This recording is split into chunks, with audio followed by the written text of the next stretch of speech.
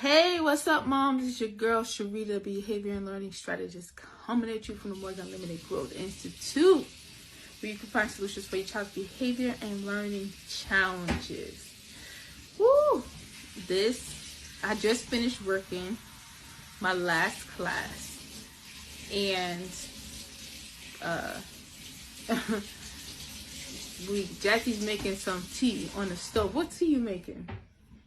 What you got going over there? What you making, Jazzy Jazz? What kind of tea you making over there? My magic tea. I just got some. Magic? Ooh. Some ginger, some. Actually, I'm not telling you the recipe. It's What? magic for a reason. What? You just gotta guess. How dare you? She wrong for that, y'all. She is just wrong for that. I told her all my tricks to making tea. So I gotta guess what's in it? Yeah. Okay. So I want to talk to you about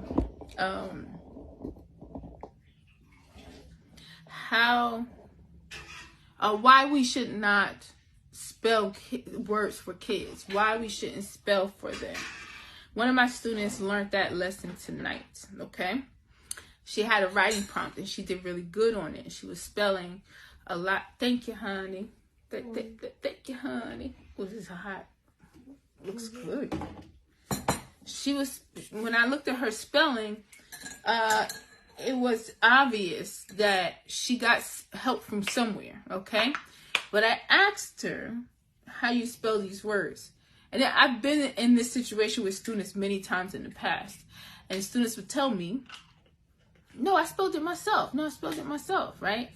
And then I do the test, the famous test. Thank you, babes. I do the famous test. You know what the famous test is? I asked them to close their notebook and turn around. Then I asked them how to spell the very words that they claim they spelled on their paper, okay? When I do that, we get the truth, okay? We get the truth. So I did that tonight with one of my students. And she really had a hard time telling me really that she got help with spelling those words. So what I mean by help, I mean a cell phone. So she was writing, and my students aren't allowed to use their cell phones to do their work. But she snuck her cell phone and she was using it. Every time there was a word that she didn't know, she would look on the cell phone and find a word and then write it down. So what I did was after I did the test, and it was even more obvious that she got some help in spelling the words, she still wasn't ready to be honest.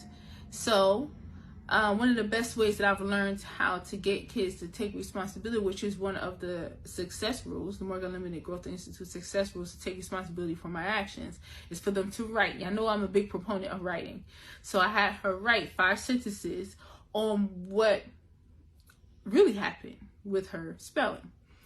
So she was honest. It was hard for her to say. And I told her, I'm so proud of you. She was honest, and she was able to say that she used her phone to spell these words. So we talked about it. She didn't want to get them wrong. You know what I mean? She wanted to get everything right. She didn't want to get them wrong. And she's one of my students that's like, she's really one of my best behaved students. Always is eager to learn, always listens, always follows directions, always works when it's time to work. So this wasn't very easy for her to admit. She didn't want to get in trouble. She didn't want to lose points, because my students earn points.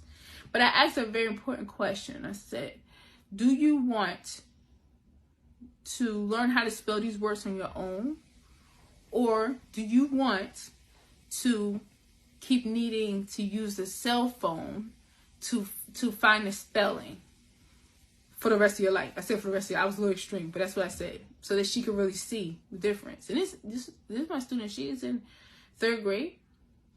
She said, I want to learn how to spell them myself. I said, okay, how are you going to learn how to spell them if you keep looking up the answer and writing it down? I want to know how you spell the words, not how Google spells the word. I want to know how you spell the word. I want to know how you learn, okay? And when I know how you learn, then I know exactly how to teach you.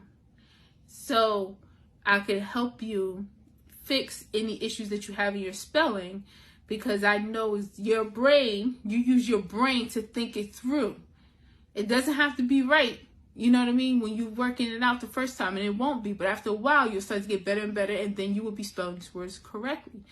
I said, I tell you what, I promise to teach you how to be an excellent speller if you promise to never use your phone to spell, but use your brain instead and think things through. I said, deal?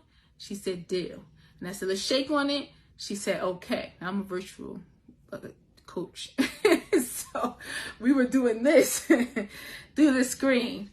And I told her I was proud of her. I know that was difficult for her. It wasn't easy.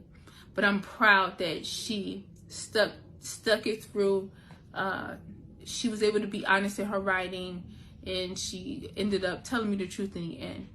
And now we made a deal. So it's on like popcorn now, okay? Because I know her spelling. I told her, I said, I'm very nosy when it comes to my students, so I know how you spell. So there was no way you was gonna be able to slip this past me. You know that, right? She's a beautiful girl, a smart girl. I know this was tough for her today, but I'm very proud of her. And I want to implore you, parents, to not let, if you ever see your child picking up a cell phone to spell a word, or if they're asking you how to spell a word, make them put that cell phone down. Don't let them have a cell phone when they're doing their work, independent study work or homework, and ask them, if they ask you, how do you spell this word? Then say, how do you spell it, right? And tell them to write it first, and then see how close they got to the actual spelling. And then your growth journey in spelling can begin. All right? I know what's in this tea. What you laughing for? It's not even fair because you saw me make the tea. Yes, I did. So it's green tea, ginger, lemon, apple, cinnamon, and honey. What kind of cinnamon? The powder or the sticks? You said you knew. Cinnamon? The powder? No. Oh, you used the sticks. I should have said sticks. I was thinking she was trying to psych me up. How many apples? What kind of test is this? I don't know. 3. I don't even know myself. You don't know yourself. She's just trying to give me a hard time. Not stop when my heart says so. But this is good. This tea is good. And my throat's bothering me a bit today. So this is right on time. Thank you, Jazzy. But I guess, right, it's green tea. It's a loose leaf green tea. We get it from Amazon. And she cut up some apples, put it in there, and squeeze some lemon in there, and some cinnamon sticks, some crushed ginger, and honey. I mean, it's good. You have lemon balm out in the back growing, so that'd be such a nice addition to this tomorrow. Lemon balm and mint to add to this tea tomorrow. She made a big pot. So thank you, Jazzy. We're gonna be this. Everybody's gonna enjoy this.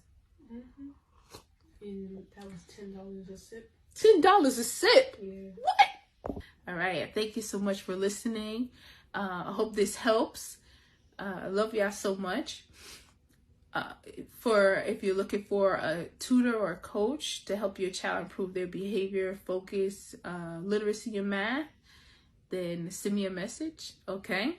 My name is Sharita Morgan. I'm the behavior and learning strategist.